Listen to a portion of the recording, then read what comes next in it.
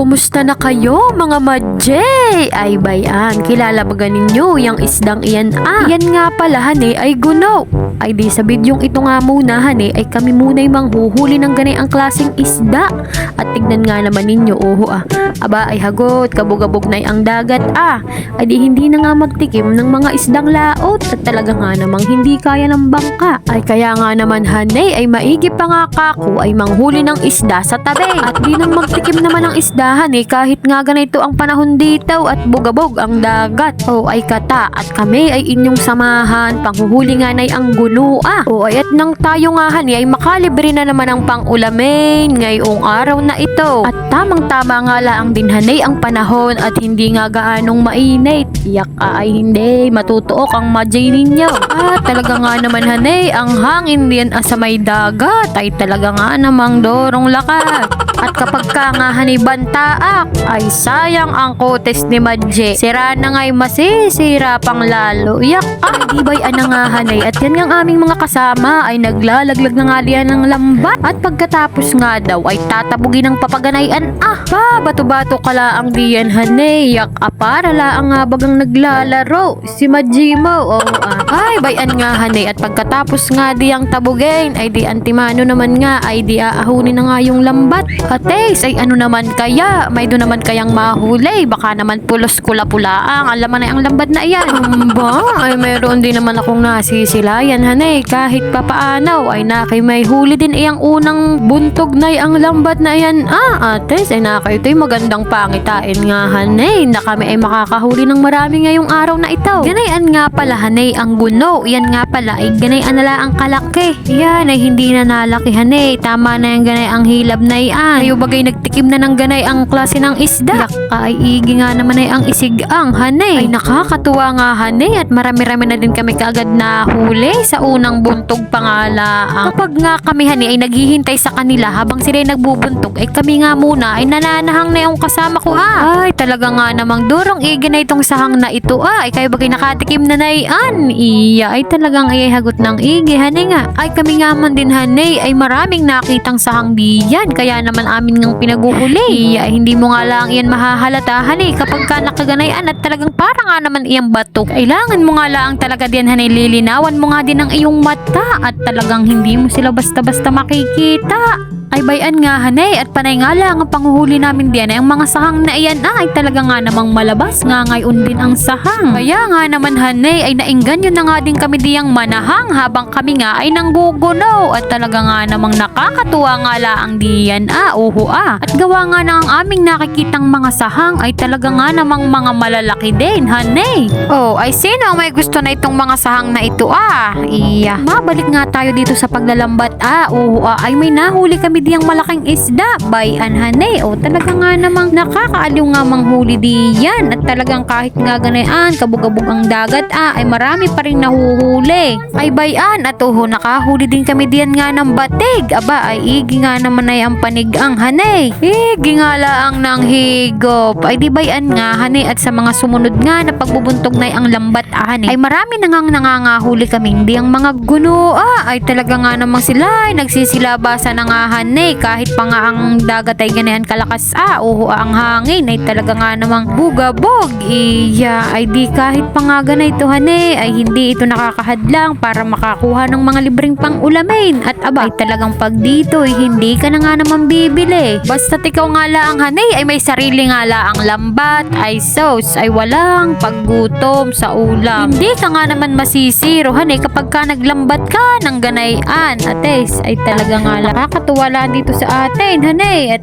iya makakatipid ka nga laang talaga. Bayan at panay ang pagkakalagdian ni madjay mo hanay ng guno at talagang nakakatuwang magkalag hanay at iya. Bayan at kami nakahuli pa nga diyan ng malaking isda iya talaga nga namang igi na yung pansig ang ulit. Nakakaaliw nga pala ang pangguguno lalo't marami nga ang nahuhuli. Mayroon nga din pala kaming ibang klaseng isdang mga nahuhuli diyan kagaya nga na ang pakoy hanay. At kapag ka nga sila hanay ay naghahanap nga ng gipaw ng guno ay kami nga ay ganaan ang gawa ni Ate Mikay. Kami panay ang paghahanap diyan honey ng mga sahang nga diyan nga laang sa paligid-ligid diyan at talaga nga namang nakakaaliw manghuli ng sahang. Talaga nga namang malabas ngayon ang sahang diyan honey.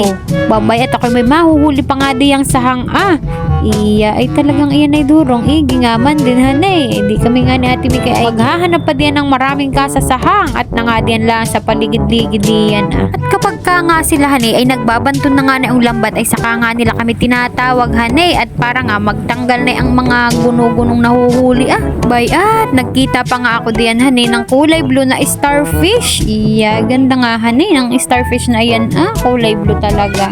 Nakakalibang nga laang hanay ang panghuhuli na itong mga gunong ito ay hindi na namin namamalayan ng oras. Aba ay hapon na pala kaya naman pala kami ay mga sinisikmura na at wala man lamang nabaong kahit tinapay. Ang masistika nga na ito ay hindi pa nga man lamang nag-aalmusal. Yak ay kung ano ta naman at nalibang ng maigay sa panghuhuli na itong mga gunong ito nakakalibang ta naman itong mga panghuhuli lalo't marami nga ang nahuhuli. Aba ay limot, ang guto, majimo. Hani nga ay maigi pa itong aming mga kasama at hindi nakakaramdam yata ng gutom gawa ng may mama. Dapat pala sa susunod ay talagang magbabao ng biskwit man lamang hanay o di kaya ng candy at nang talaga na nga namang hindi magugutom din sa dagat.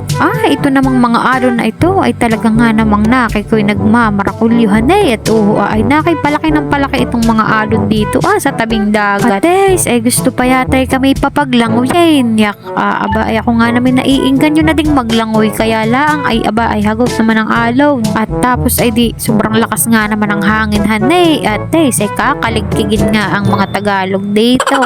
At ay hindi nga rin pati biro hanay ang pagkakalagnan ay ang mga isda diyan sa lambat at talaga nga naman minsan ay mga ngatinig ka na ay hindi mo pa mga tanggal diyan sa lambat. Minsan naman ay tanggal na ang ulo. Aba ay hindi pa rin matanggal. Yak ay kung papaanin na nga hanay. Mayroon nga palang mga pagkakataon hanay na mayroong mga ibang klaseng isda ang nahuhuli.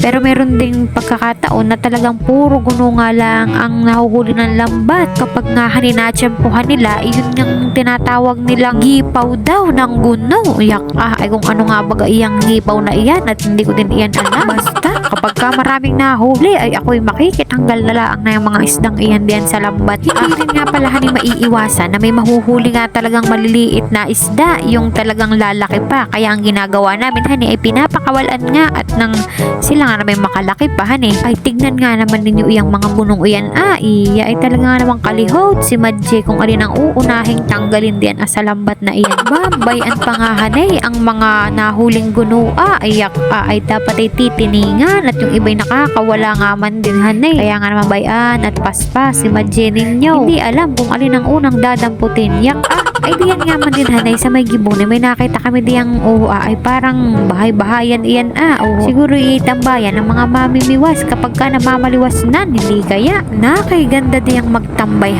kapag taib tapos ay maglalangoy kasama ang mga kaibigan. Iya ay talaga nga namang nakakatuwa ang diyan ay meron nga pala silang nahuli tabugok. Ayan yung maliit na pugita na ang tawag nga dito sa amin ay tabugok. Ayan ay malaki doon sa gutos. Aba ay sumangat na nga doon sa lambat ay hindi na siya nakawala ay bayan na dali katuloy ngayon ikaw ta naman ay bayan na nga pala kami sa huling buntog ang lambat nga at talaga nga namang yak ay madapil na ay kami nag-aakit na talagang hindi nakaya ang gutom na aming nararamdaman sa mga pagkakataong iyan. Ay bayan nga sabi magbubuntog na lang nga daw ng isa at talagang kami uuwi na at iya ay talagang hindi nakaya ang gutom. Aba ay maigi na lang at talaga nga namang ay marami pa rin nahuli doon sa huling buntog na yung lambat ay puro guno nga man din iyan ay di kaya nga naman ang Madje ninyo ay kahit nginig na nga sa gutom aba ay talagang natutuwa pa rin magtanggal na yung mga gunong iyan